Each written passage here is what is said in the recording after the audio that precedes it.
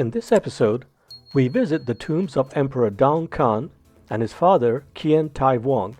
Then, the following day, we visit the Imperial Citadel and then take a bicycle tour of Hue to visit an old wood carving shop filled with intricate carvings. Continuing on our wet and windy scooter journey, we made our way to the mausoleum of Emperor Đồng Khánh, where we visit the altar building, his tomb, and then the tomb of his father Kiên Thái Vương. So there's another group of tourists on the right there, and then there's our few somehow motorcycles on the left.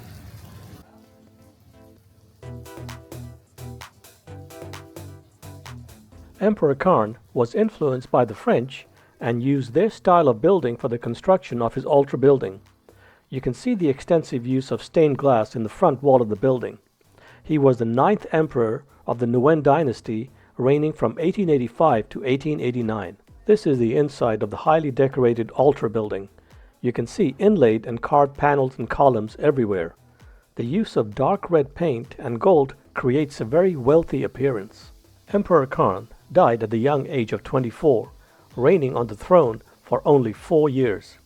After nearly 2 weeks of illness, the disease became serious, and on January 28, 1889, he died. According to some reports, they said he died of malignant malaria, which is a severe, potentially fatal form of malaria caused by the Plasmodium falciparum parasite transmitted by infected mosquitoes. This is Đồng Khánh mausoleum. On both sides of the entrance, there are duplicate statues facing each other of an elephant, a horse, a general, and nobleman.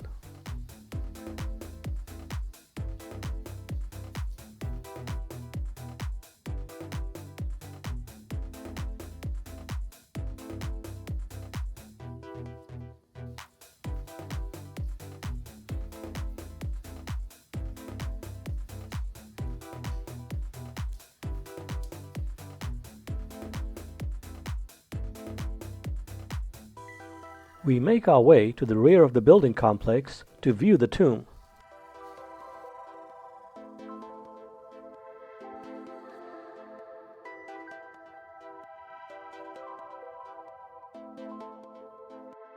Kiên Thái Vương mausoleum is located on a hill next to Đồng Khánh mausoleum and has brightly decorated twin towers in front.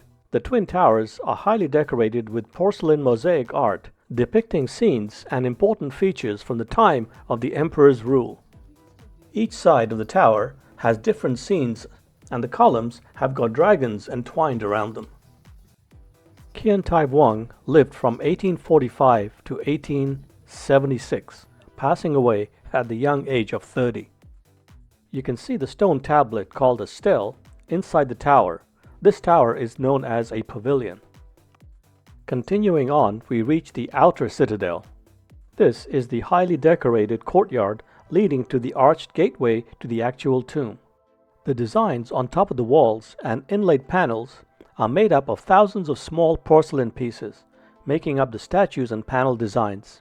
French historians visiting these tombs commented that the color of the pieces of porcelain create a magical beauty. The inner citadel has a traditional brick arch gateway. Unfortunately, the doors were locked, but I got a small glimpse of the inside through the gap in the wooden doors.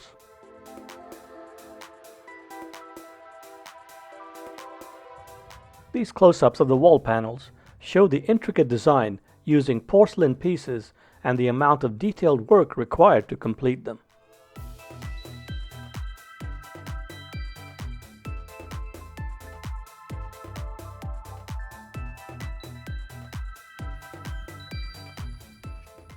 If you look closely, there's like little tiles that make up the scales of the fish.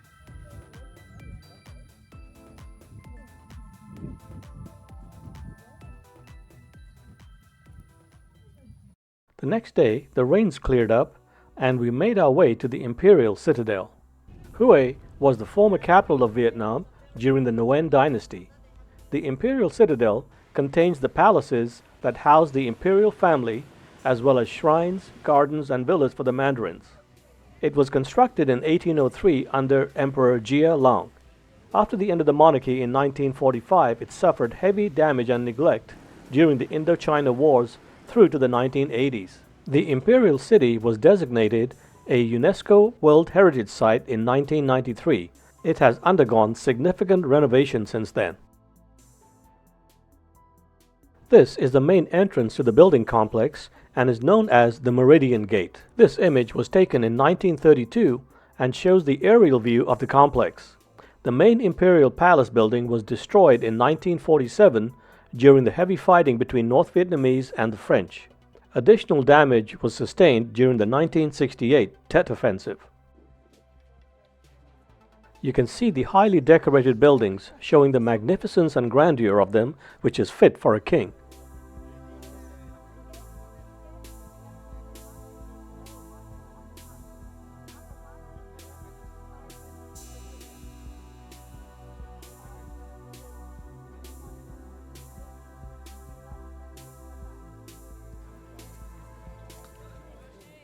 Yeah. You see the eel over there? The eel-tail catfish? No. This is catfish. The white one is a catfish with the tentacle in the front. And the one over there is the eelfish over there. That is actually dragonfish. That's a The dragonfish, they have different color.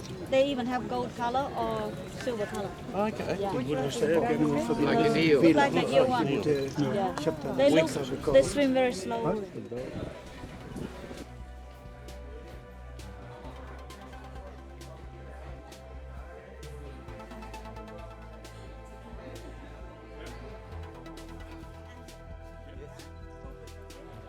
Once again, notice the tremendous amount of ornate work done on these buildings.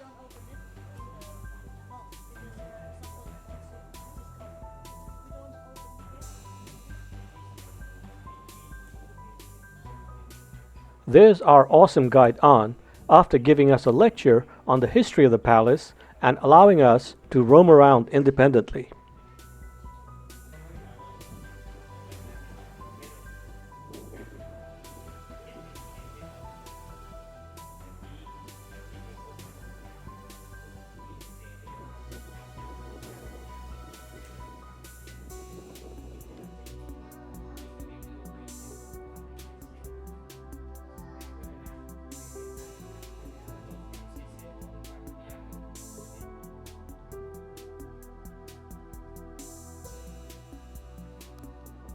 This is a view from the rear of the Meridian Gate building, looking back into the complex.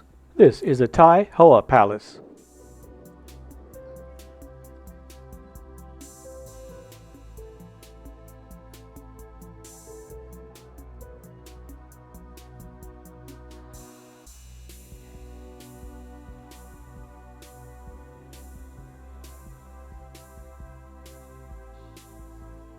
This is a collection of the royal seals used by the various emperors during the time that they were on the throne.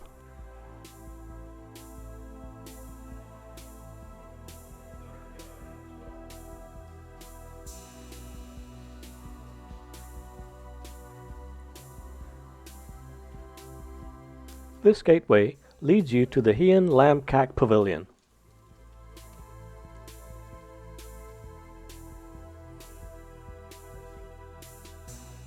Once again, you can see the colorful relief sculptures all around this gateway.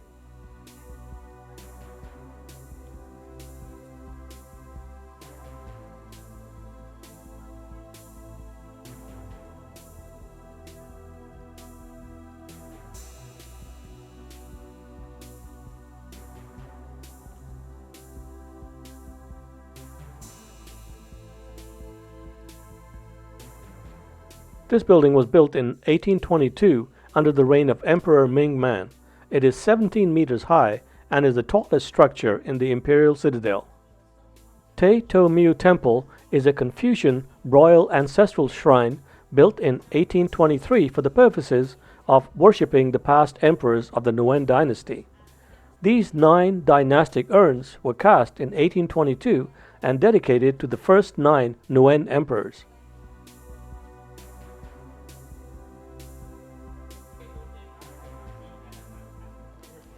This whole complex is so huge that I lost all sense of direction, so I'm not sure where this gateway is located and what it leads to. But once again, notice the intricate artwork all over this archway, with porcelain inlays and 3D reliefs everywhere.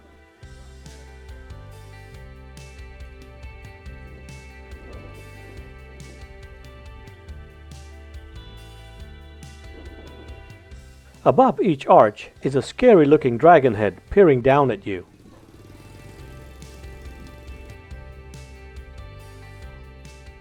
This image shows the queen passing by an archway leading to a courtyard. Well, this is that exact same archway. This residence was used by the first and second rank concubines of Emperor Gia Long.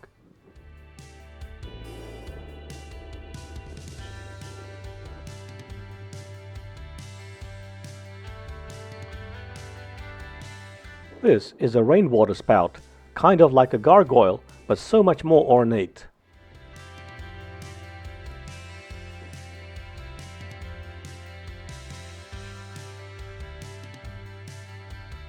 These views show some of the furniture used by the royal families.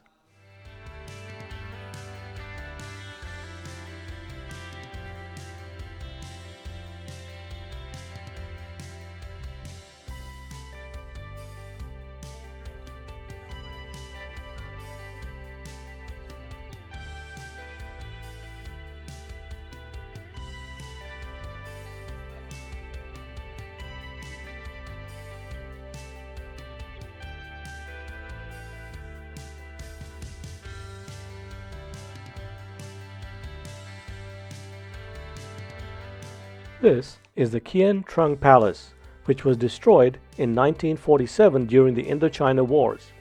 Reconstruction started in 2019 and was completed in 2023. The palace is now open to the public. It was meticulously restored using historical photographs. The palace was originally built by Emperor Khai Din in 1921 and took 3 years to complete.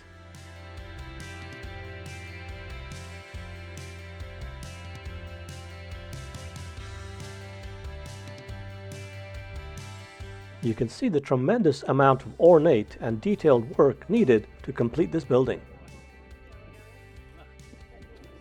Note the dragons guarding the staircase. We'll get a closer look at them shortly.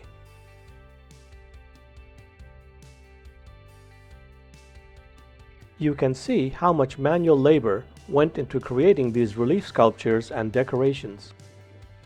Here's a closer look at those dragons. Once again, you can see the tremendous amount of detailed work on them.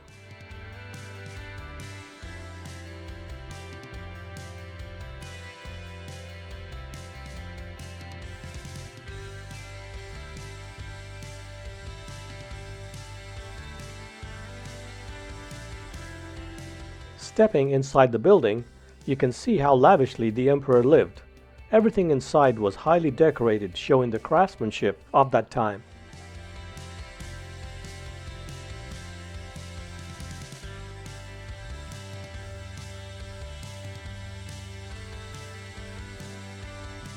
These might be original vases salvaged from the old palace, and now they are under guard with alarmed enclosures, as you can see here.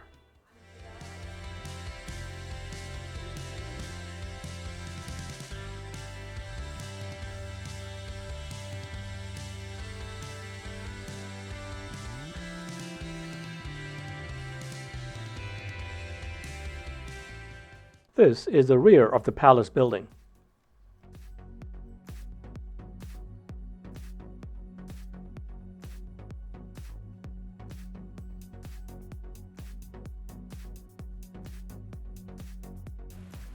Leaving the citadel behind, we got to see some of the lesser streets of Hue on a bicycle tour.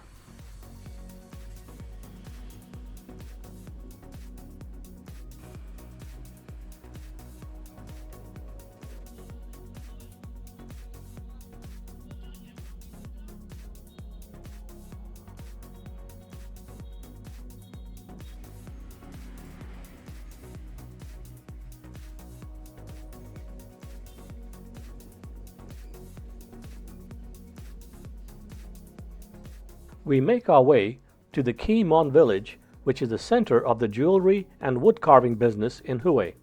The village was established 200 years ago. They made jewelry for residents and officials of Hue. Jewelry made here is famous for their good quality with exquisite techniques and intricate carvings made by experienced, skillful, and creative craftsmen.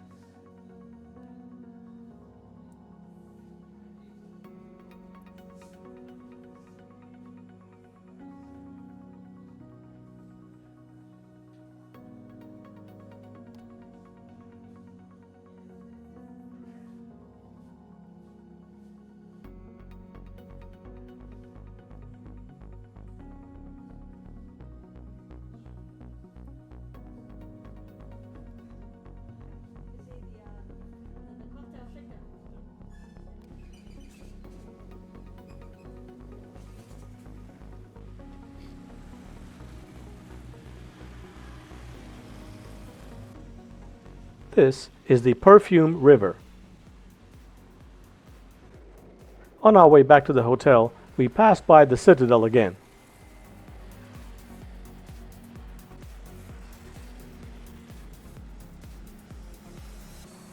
This view shows a partial skyline of the city of Hue.